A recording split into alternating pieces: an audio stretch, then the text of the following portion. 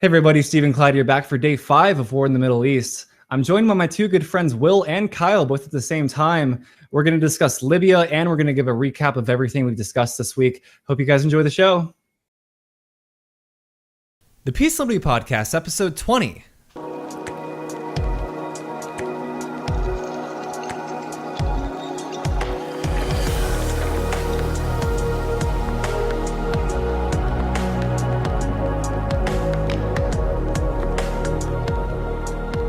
All right, glad to be joined by my friends Will and Kyle. How are you guys doing? Doing well. Thanks for having me back on the show. I'm good, Steve. Thanks for having me back on too.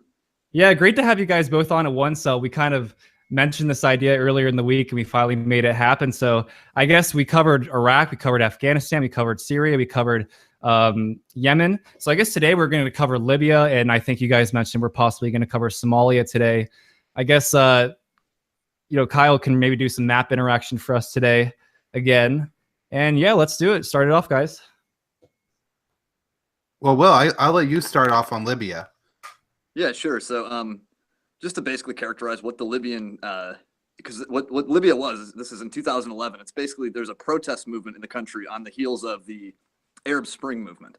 And I think we've mentioned the Arab Spring several times throughout the episodes in the past week. This is basically just like a widespread protest movement in not only the Arab world, but in North Africa as well, what they call the Islamic Maghreb. And in a lot of cases, this is against American-backed regimes and dictators. In this case, Gaddafi wasn't so much one of those, but and so yeah, in March of 2011, the NATO intervention began there. And NATO, of course, the North Atlantic Treaty Organization, it's got like 29 member states, but it was mostly the United States and France and the UK leading this regime change. And it was pretty much justified with several different sets of lies. The major one is that the Gaddafi regime is threatening civilians, and that he's, a giant civilian casualty incident is right about to happen. It's on the brink. So we have to go in there and stop it. And so that's exactly what happened. And this thing was sort of spearheaded by the Secretary of State at the time, Hillary Clinton. And she pushed a lot of these lies about the civilian casualties. There's a guy named that's his son, Sidney Blumenthal, excuse me. This is sort of a Clinton apparatchik. And this guy was feeding her basically rebel rumors throughout the whole lead up to the conflict, telling her about how Gaddafi's troops were about to mass rape women and children and slaughter civilians and stuff. And so effectively, this is what justified the regime change operation there. And obviously it's a mess today. I was watching a video earlier that pretty much stated that when Gaddafi was overthrown, you pretty much had a lot of different people trying to rise up and take over power. So how did that evolve? Yeah, so that eventually culminated in effectively 3 different governments, claiming legitimacy in the country. One of them, I think, had like international recognition, but the other 2, they're just, it was chaos basically. Gotcha. Well, Kyle, you want to pull us up a map? Yeah, I got the map up here. And I guess to start off where Will left off, we could kind of go over the 3 governments. One government, and I believe this is the government in blue on the map, is the UN recognized government that the United States backs. This pink government is kind of a popular, I would guess, movement within Western Libya.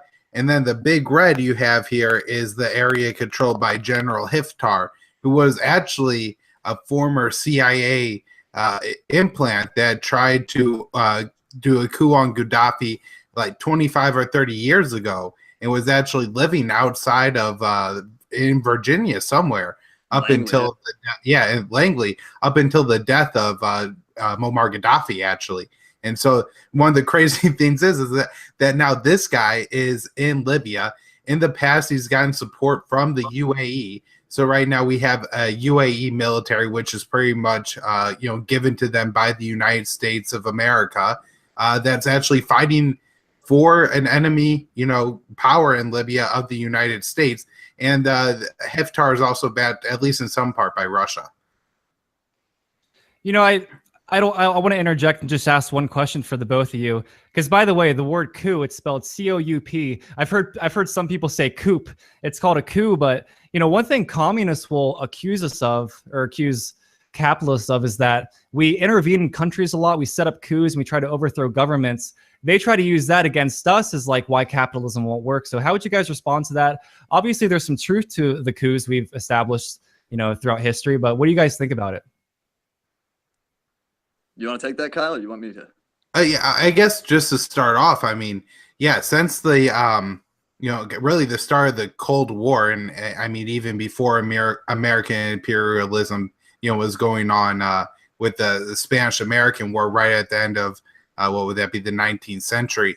But in this case, what I would just say is that obviously post-World War II America was an empire and in no way resembled the constitutional republic which the country was founded on. And at the is nowhere near a capitalist or a state that anybody who claims to be an anarcho-capitalist would recognize or subscribe to. I mean, remember just a couple of years before, the American government rounded up the Japanese people and put them into camps. And so to pretend then like this is some kind of like constitutional government and that the ideals of limited government and free market capitalism are actually being put on trial by the actions of the American government is laughable. Yeah, absolutely. Well, go ahead. I was going to say, maybe I just interject there too, that like, as Kyle said, this is imperialism we're talking about here, which the communists, I guess, like Vladimir Lenin would say that is the highest form of capitalism. But I don't agree with that. I think imperialism is sort of the antithesis of genuine markets and genuine trade. This involves interventionism. So I think real capitalists are against domestic intervention in the domestic economy as well as foreign intervention. Well, I think one thing communists would argue, and it's they would argue that we have all these resources that we extract from many different countries, and obviously we extract some resources from war-torn countries that we essentially perpetuate the wars there. It seems like there is some truth that capitalism as it exists now, it would seem like if you're anti-war, wouldn't you have to be like anti, resources? But obviously that doesn't really make sense, but you could see where I'm going with that that's something the communists would argue. Well, right. I mean, go ahead, Kyle. Yeah, I would just say that the American government going overseas and creating situations for American companies, like oil companies like Shell or Exxon, to get favorable contracts in the Middle East or other places, to get oil is not in any way something that a capitalist would favor. I'm paying tax dollars to my government so then they could go and provide security and subsidize the cost of oil for big companies. And then the big companies turn around and give the government and the government officials money. I mean, that sounds a lot more like, Soviet style cronyism and corruption than what a free market capitalist system would ever look like. Right. Yeah. I mean, I agree with what you said. Well, I guess let's kind of start our discussion on Libya. So what kind of led up to everything we're going to discuss? Because obviously one thing people are familiar with is the Benghazi attack, and Hillary Clinton was under fire for that. She still is today. But what led up to all this? Well, in 2011, right, Will, we have the Arab Spring coming to Libya. And we had a lot of, popular uprising. People did not like living under Muammar Gaddafi, and for good reason. He was a dictator and he was a tyrant. That being said, there was a uprising in Benghazi, and there were a lot of terrorists and jihadist groups involved in that uprising, in part because after the Iraq War, all the veterans of the Iraq War who fought on the side of the jihadists went back home. And in some cases, home was Libya. And so you have a ton of jihadist fighters going there. And Gaddafi was taking his, personal security force, because Libya didn't have a massive army, to Benghazi to root out the jihadist fighters. Now, the lie was that the soldiers were going there to kill every man, woman, and child. And I think at this time they were even pushing the lie that Gaddafi was giving his soldiers Viagra so they could continue to rape women at will and won't be stopped by, I guess, the natural male, endurance problems. Jesus. Right. And so these claims are absolutely completely false. Muammar Gaddafi was not going to Benghazi to kill everyone. And the Viagra story was no more true than the idea that in 1990, the Iraqi soldiers were taking babies out of incubators and fleeing them from one bayonet to the next. It's an absolute lie. and it's a lie that got America to go and start bombing the Gaddafi forces in 2011. Are you able to show us Benghazi on the map? Because I'm just, like I said, we discussed Yemen yesterday, and that was the first time I noted where it was in the map. I mean, I think most people just, not only do they not care about foreign policy, they don't really care about geography or like what's going on in the world. So yeah, maybe you could show us that real quick. All right. So in the northern areas of Libya here, Benghazi is a major city in the western half of Libya. Towards the central on the coast, you have Sirte. And then over on the eastern half, I got my east and west mixed up. On the western half, you have Tripoli. And so, these are the major cities in Libya. And I think Tripoli is the capital. Gotcha. And can I just make 2 points, I think, about, Benghazi that are important, that stick out? Please do. And so the GOP in the United States, the Republicans, made a huge deal about Benghazi, about the ambassador, Stevens, who got killed there in the uprising. However, I think the real scandal of Benghazi was that, like, literally while that was happening at the same time, the Central Intelligence Agency was raiding Libyan arsenals and starting to smuggle them out of the country through Turkey. And I mentioned this on our Syria episode, that eventually those were headed towards Syria for rebels. And so that's I think, one of the scandals of Benghazi.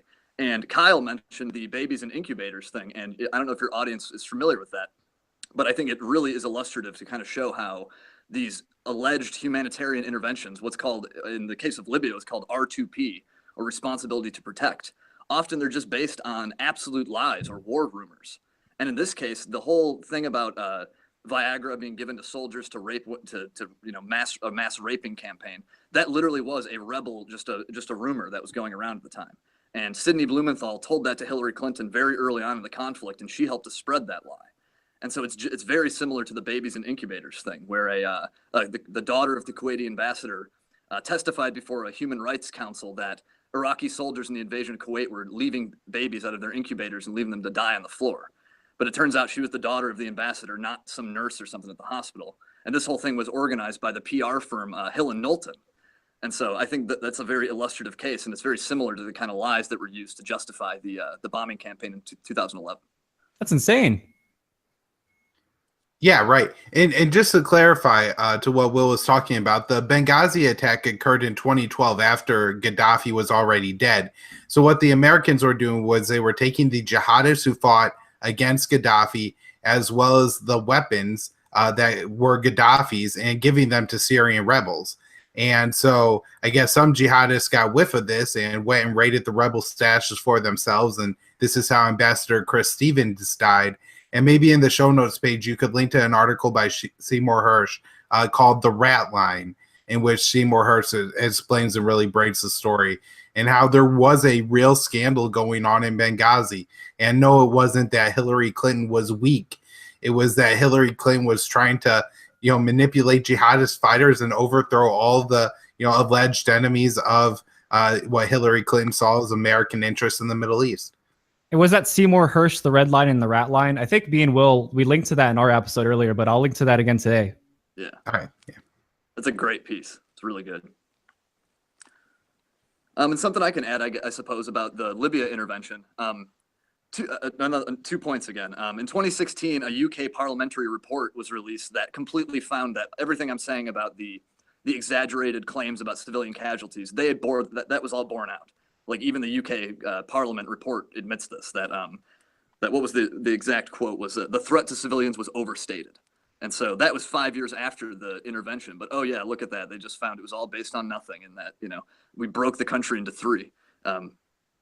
And the second point was something that's not mentioned too often about the Libya intervention was the role of France and the President Nicolas Sarkozy. And so France had a huge interest in taking out Gaddafi, because apparently Gaddafi was trying to set up a gold-backed currency that was supposed to offer an alternative to the French franc. That's called the CFA franc. It's a franc that's used in Central and Western Africa. And so basically, the French had a almost colonial interest here. The French was trying to sort of reassert its colonial dominance over some of its former colonial vassal states, and the U.S. helped them do that effectively. It's like, where do you even start with that? Because I guess with any of the facts you're dealing with, it's like you really got to be careful because, like you said, we spend trillions of dollars and they go back and they're like, oh well, that was actually a mistake. What? Yeah, and tens of thousands of people die for it too. Yeah. And I guess we could add then is that, after the fall of Gaddafi and Gaddafi gets killed in an absolutely brutal way on the side of the road, Hillary Clinton later laughs about it. I think she says, "We came, we saw, he died," and then cackles like a terrible hyena. But the country really falls into chaos after. And then we have the migrant crisis unfold, and thousands, tens of thousands of refugees at the very least have now drowned in the Mediterranean Sea as they attempted to cross from Libya to southern Italy there. And this has been a gigantic problem. The smugglers take advantage of people. There's been reports that half of the women and children who make it into Europe report being raped many times by people in uniforms, either fighting for one of the armies in Libya or another. A lot of areas of Libya fell into the hands of jihadist groups. The Islamic State took control of the city of Sirte, which was actually Muammar Gaddafi's hometown, but it took 500 bombs by the Americans and an awful lot of Libyan fighters to rid ISIS of that city in 2016. Obama really made a push to liberate that city before he lost office. Also, there were several jihadist groups that controlled areas of Benghazi, and I think it was really just in the past few months that the General Haftar government has been able to liberate that city from the jihadist groups. And this map doesn't show very well, but it's also worth noting that when you get into southern Libya, it's pretty sparsely populated because there's like oil fields and towns surrounding the oil fields, but then a desert in between. And so there's been a lot of problems with trying to stabilize these areas and people blowing up the pipelines. And I think right now, Libya's two biggest oil fields are not currently producing oil. This is like 400,000 barrels of oil a day. And you also have an issue within the desert regions. ISIS is making a reemergence. And there's, the possibility now that they control 10,000 or so square miles. While there's probably low population area, so that number sounds a little bit bigger than ISIS is actually controlling. It just goes to show the destabilization caused when America gets involved in these places. Hey, one question I have for you, Kyle, because yesterday we were talking about Yemen and how most of the population in Yemen is in that one little portion versus the entirety of the country. Now, how is it dispersed in Libya? Is it the same situation, or is the population more evenly scattered?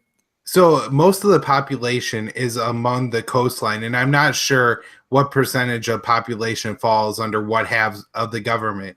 The southern portions of Libya are pretty sparsely populated, and I think this is even more so now than under Gaddafi. One of the things that Gaddafi did is he built a massive underground irrigation and water system in order to bring fresh water to areas of southern Libya and then, create new farm towns and stuff like that. But with that, there not being a central government to control that system now, it's all, on corruption, and they're cutting off certain towns from the water and things like this. And so it's really causing a lot of problems in southern Libya. I'm guessing that people are being forced to relocate because of these issues. Are they a heavily import-based country as well?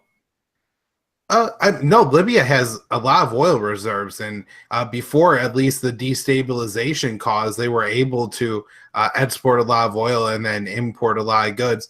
I know they border Egypt and had a decent trading relationship with Egypt prior to all of this happening, but I'm not sure. As far as I could tell, the bigger problems in Libya aren't necessarily that there's no access to food and that people are starving, but it's the slavery, it's the rapes, and it's the murders that are just happening all over the place. I mean, you see videos all the time of extrajudicial killings by soldiers on all sides of the conflict. If you get captured, they'll line you up on the side of the street and shoot you in the back of the head. And that's just kind of life in Libya. In fact, one of the things that they're doing that's really disturbing is if you're like a prisoner of war, they're raping you in the jails or forcing you to sodomize yourself in the jails. They record you doing this, and that's the way I guess they're trying to remove fighters on the opposite side from the battlefields by shaming them so much with sexual abuse. Oh, Jesus. Yeah, and it's sort of to tack on to one of Kyle's points, when you get involved in these kind of regime change operations, you kind of have to get behind some nasty groups, and nasty things happen. The groups that you support do terrible things, and so one of the groups that was involved in the National Transition Council, the government that for a couple of years after the coup or after the regime change that was recognized by the UN, a participant in that council, the National Transition Council, was a group called the Libyan Islamic Fighting Group, which goes back a long time. They have some ties to Al Qaeda. They're a radical, jihadi group. They changed their name to the Libyan Islamic Movement, but nonetheless, they were involved in the Transition Council that the UN sort of rubber stamped. And sort of another negative consequence of our intervention against Gaddafi was that there was a perception that sub-Saharan Africans that were living in Libya were sort of like Gaddafi's henchmen and like his mercenaries. And so a lot of these, they're called Tuaregs, these black Africans were rounded up and slaughtered and put in cages and stuff. And so effectively there were anti-black pogroms as a result of the NATO-backed intervention there. See, one thing I don't understand is the diversity. What is the ethnicity like for most people in Libya? Because obviously it's in Africa. You would expect to see Africans, but is it a mix of many different groups of people? Like, how does that start to change as you go through Africa? If you guys know. I could say a little bit about that. I know that in North Africa, it's in the Islamic Maghreb. That's sort of just like that first strip of countries. So Sudan, Egypt.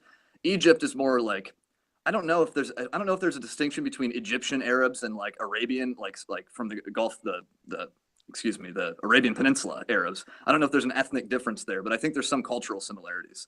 But then there's other ethnic groups like Berbers who aren't quite like, they look maybe more like Arabs than Africans.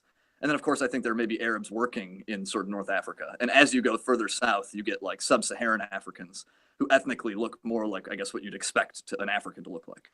But that's about it. That helps. I mean, I guess another question I'd ask is, when you're talking about like Shiites versus Sunnis, are we talking about the same race of people who just kind of end up on different sides, or are we talking about two different groups of people? Largely the Shia thing, that is a religious designation. However, like the most prominent Shia country with a Shia theocracy, Iran, they are a different ethnicity. They're Persians. They have like a different society than Arabs. Iran is not an Arab society. That's Persia, the former Persian civilization. And so there are some differences there. But of course, Islam spans across everywhere from North Africa down to the Eastern Africa and Somalia, the Arabian Peninsula, the Middle East, the Levant, Central Asia, like Afghanistan and Uzbekistan. The Islamic world is very large, and so there's a huge diversity of ethnicities. Yeah, that's pretty much what I've gathered. Did you want to add something, Kyle? I don't have a whole lot to add, just that even, within the Middle East, you have like the Kurds and the Turks that are separate ethnic groups from like the Arabs, but at the same time are Sunnis. And Libya is considered to be a part of the Middle East. Libya, Egypt, and then going all the way to Iraq. Sometimes Iran is included or not in the map of the Middle East. But I think that Libyans are a little bit more of Arabs than Africans. But it gets complicated whenever you're dealing with these designations. I'm sure there's different people in Libya who would tell you different things as far as what they consider themselves. Gotcha. Well, I guess just to recap Libya, where are we at today? Well, it's a huge mess right now. One of the interesting things going on that I could talk about is, I believe, the eldest son, but the son of Muammar Gaddafi that was likely to take the throne, Saif Gaddafi, has been released from his captivity last year and is now thrown his hat into the ring as the running to be the next president of Libya. They're planning on holding elections in Libya towards the end of the year. I have no idea how this is going to work. I mean, there's 3 separate governments, how they're going to hold elections. There's a massive migrant problem, how they're going to determine who's a Libyan and who's a migrant, and where all the borders are, and how they're going to securely get ballots to all these isolated towns in South Libya without somebody stealing them. So it seems to me very unlikely that however this election turns out, that anybody on any of the losing sides will be happy and accept the results of the election. So, in fact, the election may actually create more turmoil than stability. And this is something that's seen quite often in Africa. Well, out of the three governments, is there one that's bigger than the other? Or are they all about kind of the same size? How does that work? I'm not. The UN-backed government doesn't seem to have a whole lot of militias backing it. The other government in Western Libya seems to have a little bit more militia. General Haftar's government, like I said, has international support from both Russia and the Emiratis, and so I don't know. It seems to me that there's a lot of like questions to be left answered in Libya, and maybe Libya just never reunites itself as a state again. I think could be very likely. Although it is said that like Saif Gaddafi studied his father and understands like all the different sets and groups within Libya, and would be somebody who would actually have the information needed in order to try to reunite Libya, because he understands all the old standing agreements of all these small towns and villages and ethnic groups that probably nobody else just has that information. All right. Do you want to? Oh, go ahead. I was going to say, I think there's sort of a similar situation with Iraq, because Iraq has very distinct ethnic and sort of sectarian divisions. Well, Libya, too, used to be three separate principalities. It wasn't always one giant country like this. I think it was after World War I. You had three, I forget all the names. There was like Tripolitania and two other ones. So, yeah, it's kind of interesting how when we intervene here, countries start flying, breaking in half and flying apart like this. Yeah, I guess here's a question I have, because we mentioned yesterday is kind of similar with Yemen, that Yemen used to be North Yemen and South Yemen. Was it always North and South Yemen before that? I don't know anything about it. I know at one point, actually, the Zaydis, which are now more or less represented by the Houthi political and militia movement, actually controlled a large portion of Yemen. And there's some long-standing hostilities between the Zaydis and now the Houthis and some of the tribes of Yemen because of the oppression from way back when. But I really can't. I think the Ottomans attempted to control at one point. I'm sure way back you had the Saudis and just different groups throughout the time who have taken control of the Arabian Peninsula and whatnot. But yeah, I can't go all the way back. I just know like sparse details along the way. Okay. I know at one point they were ruled by, Yemen was ruled, or at least part of it was ruled by a dude named King Yahya. So you can maybe look him up and you might get some of the history of sort of Yemen's politics. King Yahya. King Yahya. All right. Well, that pretty much covers Libya. I guess before we do like a full recap, did you guys want to actually discuss Somalia real quick? Yeah, well, I'll let you start off there because I think the information you have comes before mine.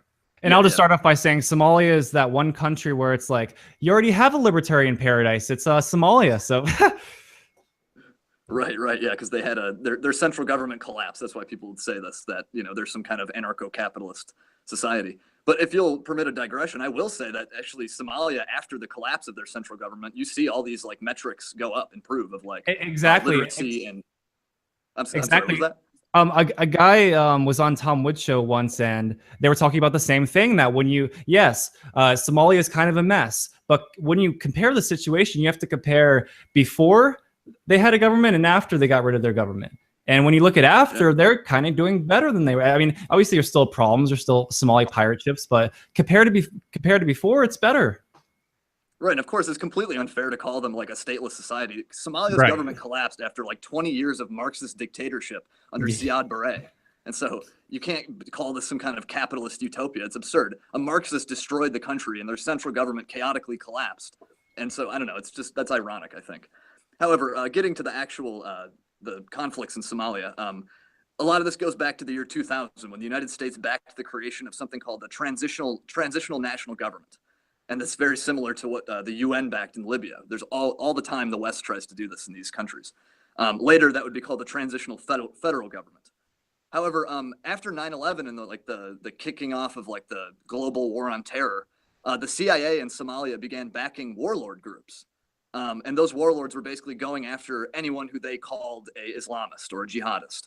And again, we see this happen all over the place. We see it happen in Afghanistan where some local farmer doesn't like his local competition and says, oh yeah, he's part of the Taliban, go arrest him. And so that's basically what was happening in Somalia. The US was backing warlords who were assassinating and kidnapping people who they claimed were Islamists. And despite the complexity of all this, we we still see the same common pattern throughout everything, really.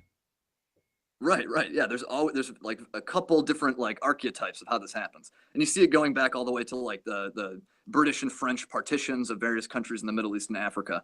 I don't know, imperialism doesn't work. In case you didn't know, I believe that. Anyway, excuse me. So, in response to the CIA's backing of these warlords and all their abuses in the population, this effectively drove Somalis into the arms of or drove them to support the creation of a new government called the Islamic Courts Union. And the Islamic Courts Union, the United States did not like. It was not the government that they had chosen for Somalia, and so they considered it like an enemy. And so in late 2006, the United States pressured a neighbor of Somalia, Ethiopia, to basically march in there and kick out the Islamic Courts Union, and they crushed them and ousted them, and it was a violent, brutal thing. However, 2 years later, in 2008, the youth faction of the Islamic Courts Union, called Al-Shabaab, and that will be relevant into the future, and I think what Kyle talks about. Al-Shabaab rises up, and they basically kick the Ethiopians out. So all throughout the early 2000s, Somalia is like changing hands over and over again, from the transitional government to the Islamic Courts Union to the Ethiopians to Al-Shabaab. So the United States then makes a compromise with the Islamic Courts Union after Al-Shabaab kicks out the Ethiopians. And Al-Shabaab says, forget that. Like they basically break off from the Islamic Courts Union and say, you guys are traitors for making an agreement with the United States. And so effectively, excuse me, I've lost my train of thought. Oh yeah, this is exactly what I was going to say. Okay, so Al-Shabaab, after this point, this is when they declare allegiance to Osama bin Laden. And this is when they really become like a hardcore, like Arab-style jihadist group and stuff. And so it was all because of all this interventionism of the U.S. backing these warlords. And a journalist named Jeremy Scahill, in his book Dirty Wars, it's revealed that all along the United States actually was fine with keeping the original Islamic Courts Union, that they just wanted to weaken it. Except this is completely egregious because all this chaos that we'd stirred up in the country led to a famine. There was a terrible drought in the country, and all the fighting that we had kicked up and stirred up there, it led to the death of 250,000 people, and half of those were children, just from the famine. And so all along we planned on keeping the original Islamic Courts Union guy, but nonetheless we went through with all this, and it ended up in this terrible bloodshed. Well, I guess Kyle's going to show us some stuff on the map. Go for it. All right, so what I got going on here is this is a map of Somalia. I don't have one with the actual lines for Al-Shabaab, but Al-Shabaab generally controls the southwestern areas of Somalia. In 2017, August of 2017, some U.S. forces, special forces, get the idea that what they're going to do is they're going to go and capture a key town that's controlled by Al-Shabaab. And this town is critical because it's one of the more fertile areas that Al-Shabaab controls, and it's where they get a large portion of the revenue. And because it's more fertile, they're able to like hide from the drones in this area because there's trees to provide coverage. So what we end up happening here is that the U.S. Special Forces go to the African Union forces, and there's a Ugandan general in charge of this area. And they say, this is our plan. And the Ugandan general told them that it's not going to work, and that there's tons of complicating factors, including tribal disputes among the different groups of people that live in the towns, and that there's just not enough fighters, and they're not well enough trained, and this isn't going to work. The U.S. Special Operation Forces go along with this anyways, and they team up with a Somali National Army general by the name of Shigao. And General Shigao is actually a former member of Al-Shabaab, and he didn't even defect into the Somali National Army until he was pretty much cornered.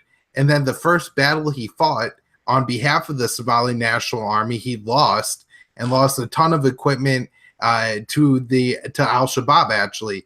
And so there's a lot of questions as to the loyalty of this general that the United States pits to run the Somali National Army in a town they're going to try to basically do a counterinsurgency operation in. They're going to go in, they're going to embed in the town, they're going to secure the town and show the people that life under the Somali National Army and the Americans is preferable to life under Al-Shabaab. Another problem they have is that the U.S. Special Operations use a translator for this mission, and this particular translator had a history of giving Americans bad information. In fact, this led to an attack where Americans killed 22 Allied forces, and it was likely that the translator had some personal motives to distort the information and get the Americans to kill Allied forces. This also particular translator was married to a woman who was from one of the warring villages in this particular town. And so, again, he has incentive to give false information, but the Americans use them anyways. Whenever the Americans start moving in, some of the villagers who are fighting against each other say, we don't want to be mistaken for Al-Shabaab. So they go to General Shigao, and General Shigao works out a deal where the warring factions lock all their rifles into sheds in each town. And this way, there's no reason for the Americans to come in and shoot them or to mistake them for militants of any kind. And this is a way there's actually a little bit of peace and truce going on in the area. A couple days later, one of the villages notices drones flying overhead. And one of the villagers goes to General Shigao and says, hey, we see the drones up there. Can you call and tell the Americans that we're not Al-Shabaab, we're not militants, don't come attack us? General Shigao says, yeah, sure, whatever. And the next day, the drones are bad, so the villager goes back to General Shigao and again warns them and pleads this time, tell the Americans we're not Al-Shabaab, we're not militants. Don't know if General Shigao didn't pass this information to the Americans or not, but the next day, the United States Special Operations Forces and the Somali National Army carry out a joint raid on this village and end up slaughtering 8 villagers. Immediately, they report this as they killed 8 members of Al-Shabaab, but it became pretty obvious very quickly that these were just civilians, and the civilians present at the scene report these are more or less executions and not any kind of mistaken or botched raid. The rifles were not out at the time, so there would have been no return fire from the villagers towards the Somali and the U.S. troops. Bullets found at the scene suggest that both the Somali National Army and the U.S. soldiers fired in this raid. The villagers get very upset about this, obviously, seeing 8 of their people slaughtered when they went through several steps in an attempt to make sure that this didn't happen. And this is one of the things I think I encounter people, especially on the right in America, where they say, well, if the people of these countries just showed America that they weren't our enemies, then we wouldn't attack them. And these, kind of mistakes don't happen. But as you can see from this story, that they absolutely do. Oh, sorry, go ahead. Yeah, just to finish up, where this gets more serious is that about a month later, there's the largest terrorist attack ever in Africa, 3rd largest terrorist attack anywhere in the world, when a man driving a truck loaded with, some say up to 2 tons of explosives detonates in downtown Mogadishu, killing, I saw today, the new estimate is at least 587 people. Now, the Somali national government and the Americans all blame this terrorist attack on Al-Shabaab, and maybe it was Al-Shabaab, but Al-Shabaab has not claimed credit for this attack, and it's believed that the guy who carried out the attack was from the village where the civilians were executed. And so this is, I think, for me, just a perfect example of why American foreign policy fails every time. We take on this intervention, we think we're going to go into this village, secure it, and make it better for the people. Turns out we kill a bunch of innocent civilians and make it worse. We're using resources and translators that are proven to be liars. We're allied with former members of Al-Shabaab, and this thing was never going to work in the first place. And it turned into, a month later, you have the very obvious blowback. A lot of times the blowback doesn't come right away. Like you have the Clinton policy all those years of bombing and starving the Iraqis. And it's not like a week after Madeleine Albright said the price was worth it that you had the attempted attack on 9/11. But here's a case where the response comes so quickly, I think it's hard to deny. I just like for people listening or watching just to try to imagine you're living in an area and you say you have to go to like the commander, like the governor or whoever, and just beg them like, hey, there are people flying over us and they think we're terrorists. Can you please tell them we're not terrorists? Can you please tell them to not blow us up? I don't even think most people want to think about that. We don't have to. We live perfectly fine. I've never seen a bomb go off. I've never really seen a dead body in my life other than like at funerals, and most people are in that situation. So I don't think people can really imagine. And it's just so bad. It seems so careless to not think about any of these things. And that's exactly what the neoconservatives have done for years. And it's not, it's something everybody. Go ahead. Oh, go ahead. Oh, you know, you're good. Go ahead. I was gonna say, I think something everybody should probably do is just go look up on YouTube or something. Like there's videos of people, you know, filming on their cell phone and stuff of what it looks like to be in a building when it gets hit by a high explosive. Like we can think of it as like, you know, you often see the drone footage, like it's all green. It looks like a video game. It's all in the night, or it's or the forward looking infrared. And so it kind of looks like a video game. But no, in fact, this is the worst. If you're around for one of these explosions, this is the worst thing that's ever happened to you. This is the most frightening, terrifying, traumatic thing in your entire life. And we're multiplying that by tens of thousands constantly with all the bombs we're dropping. You know, so it's just think about the misery and the trauma that we're spreading around planet Earth. It's unthinkable.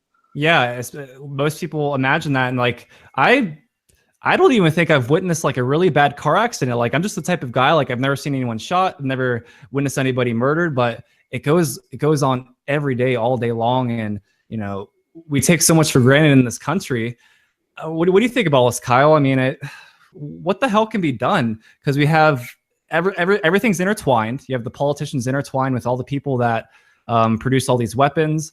And just to diverge for a second, there's a good book. It's called War is a Racket. And it was a speech given by General Smedley Butler.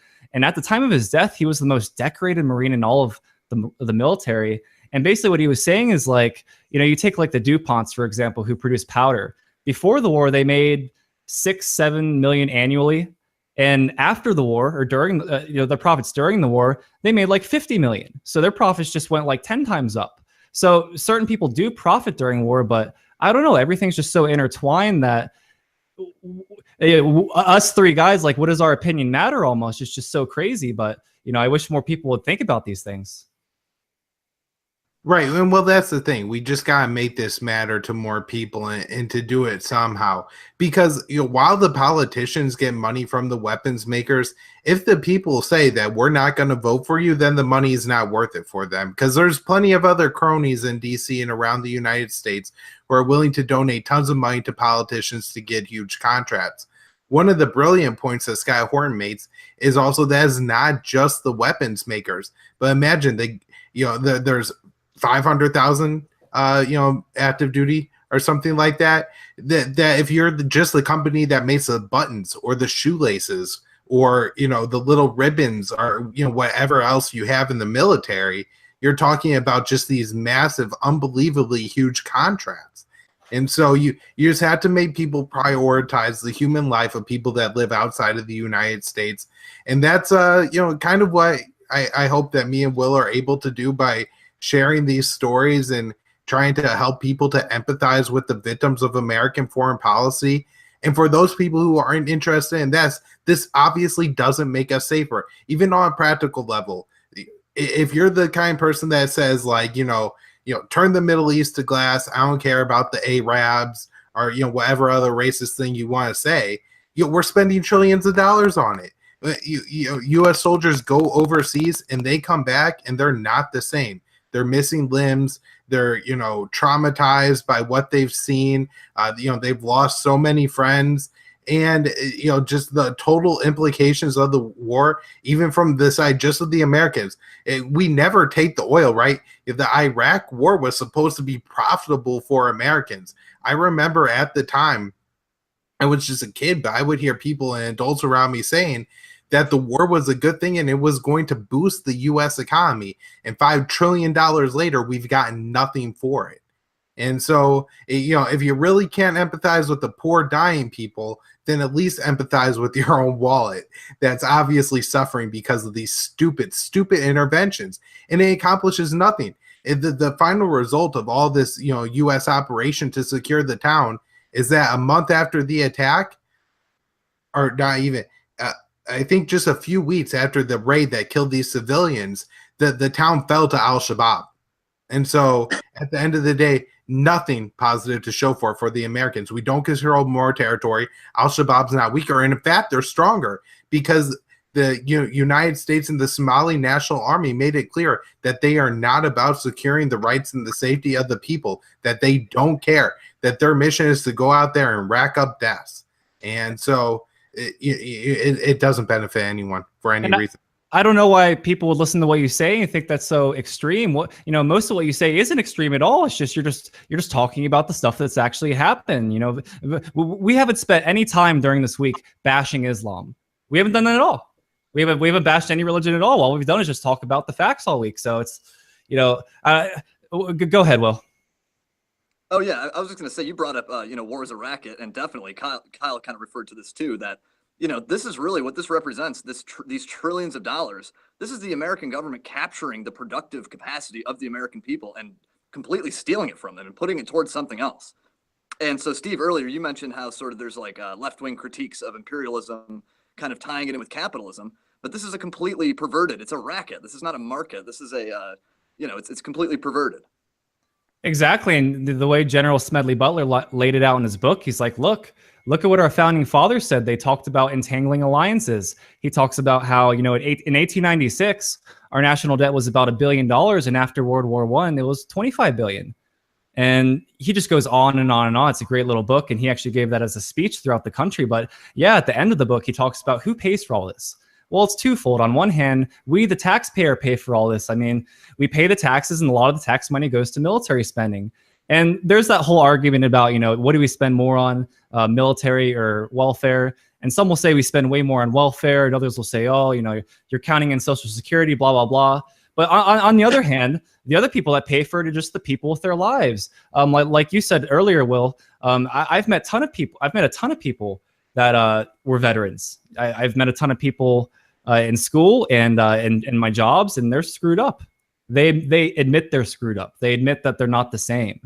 And it's no wonder why Ron Paul got more military support than all the other candidates combined. You guys remember that? Absolutely. Right.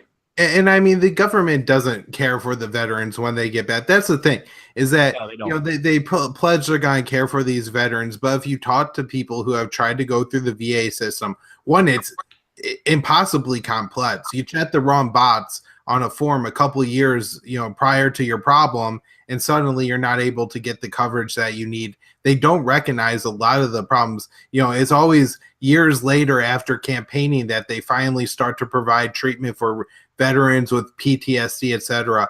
A lot of times they just give these guys opiates and send them on their way and then pull the prescriptions out from under them. And this is a recipe for, creating a epidemic of heroin and opium abuse among veterans. And then you just also have the issue, look at the burn pit victims. I mean, I think a more popular or a more well-known story would be like the troops that exposed to Agent Orange back in Vietnam. But, the modern day version of that is from the Iraqi war pits, where all these veterans are developing strange and erratic forms of cancer because of the toxins that they were exposed to while serving our country, allegedly in Iraq.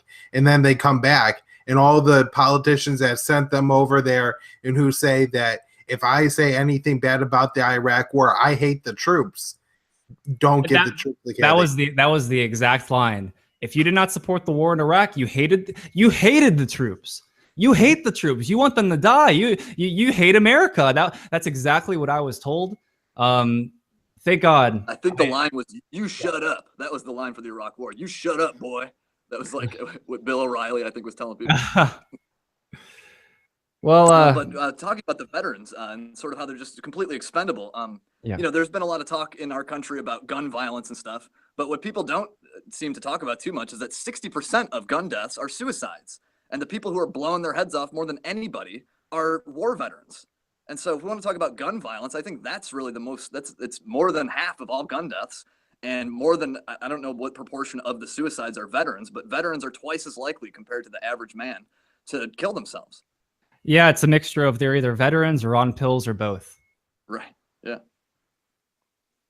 Well, it's been a really, really great week talking to you all. I mean, I was going back and listening to the episodes earlier, and there's just a mountain of info. You guys are both really, really smart guys. I could go on like you guys do about economics, but you guys really, really know your foreign policy stuff. And just listening to you guys, it makes me want to actually get out and talk to more people and like expose more of the stuff, because foreign policy is one of those things where like you could be a little more optimistic talking about a tax cut versus, war. It's just the truth. A lot of people don't even want to talk about war. So I can't thank you guys enough for just doing what you all do. Yeah, well, thanks so much for having us on and giving us the ability to talk about all these issues. I know a lot of times I feel like I'm either screaming in to, just my kind of little corner of the internet. So anytime anybody could, let me expose myself and my ideas to their audience, I really appreciate it. I mean, the big thing is that everybody loses. Nobody wins. It's not like the American people are getting more safe. The people of these other countries are not more safe from any American interventions, whether it's Libya, Syria, Iraq, Afghanistan, Yemen. It doesn't matter. Every time it goes the wrong way, people get less safe and Americans are less safe, and we waste money on it. So, there's no reason to do any of this. And if you just care and tell your politicians that I'm not going to vote for you if you keep voting for the wars, then, then maybe we could, at least get people to start to question some of these conflicts that don't help anyone. It's not like our intervention in Somalia. Can be there's not a 9/11. We're not chasing after Osama bin Laden there. We're trying to maintain radical groups in the country that really don't have global jihadist ambitions. And so, there's no reason for it. It doesn't do anything positive. So we could just end it. Yeah, I totally agree with you. Go ahead, Will. You want to give us your last words? Also, I'm going to mention that I'm going to link to Foreign Policy Focus, which is Kyle's podcast. But let us know what we can link to for you, Will. Yeah, sure. And so just as a matter of a final word, I guess, Kyle kind of covered the practical aspect. This doesn't work. This isn't keeping us safe. We're blowing money on it. It's crazy. Veterans are killing themselves. But I would also say that, like, you don't necessarily have to be ideological to be anti-war. But for your for libertarians out there in the audience, I really think foreign policy and war and peace should be your guiding star. If you care about the non-aggression principle, if you care about the government, violating people's rights and abusing them, the wars are just it's a monstrosity. Not only on the domestic side, the economic interventions, the taxation, the regulations, the price controls in prior conflicts, but also you should care about, foreigners being blown to bits. That's also not acceptable. I think one of the problems is you're starting to see a lot of reactionary groups on both sides. Like you have the alt-right and you have Antifa.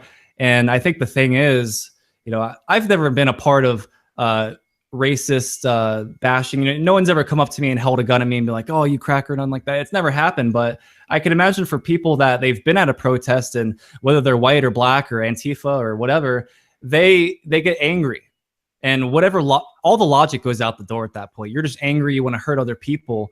So what happened with Chris Cantwell and Christopher Chase Rachel's? Like, what happened to those guys? They used to be pretty decent, and just within a matter of a year or two, they're just total race realists, and that they're pretty much open in that they just want to start a white society. That's just one example, but it's so confusing. I think it's very, very important we talk about these things and try to get people away from the emotional aspect and just be like, look, whether or not people die or not, this is a waste of money, and just like the whole practical issue of it, because it seems like some of this should be apolitical, at least some of it. Yeah, absolutely. It shouldn't be like a radical political statement to say that we should not steal money from people in order to blow up children. Because that's such a hard, I know that's kind of, I'm narrowing it down to something that does happen, obviously, but that's not the whole picture. But still, that's, effectively what's happening. But however, you asked me to give you some things you can link out to. Yes, sir. I have a archive at the Libertarian Institute people can check out if they're interested. I've written for antiwar.com. Kyle and I have a couple pieces together. We wrote one about the siege on the city of Mosul in Iraq when the Islamic State occupied it. You can check that out at the Libertarian Institute. And we recently got one published on the Afghan opium trade and sort of how that goes to bolster the Taliban and stuff. And you can find that at Consortium News. Yeah, you guys did a really thorough research with that. And I learned a lot just from listening to Pat McFarland's Liberty Weekly with Kyle. I learned a ton about the opium trade. And most people understand opium is growing there, but I never knew the extent of it. Just the fact that when we go in there and try to eradicate it, well, you have another problem. Everyone there grows it. That's an immediate problem. So just we try to solve a problem and create two more, and then that's U.S. foreign policy. Yeah, we're there forever. Yeah. Yeah. Well, thank you guys so much for doing this. We covered 5 countries. I imagine there's a lot more countries we could cover in the future. So maybe in the next few months we could do something like this again. Yeah, absolutely. Well, there's always going to be wars to criticize. So yeah, you got it. Right. Anytime. All right, thank you guys. Hope everyone enjoyed this week. It's been a mountain of info passed around, so we'll see you guys next week. Hey everyone, please like, follow, donate, subscribe, and share. Any donations will be used to reach more people.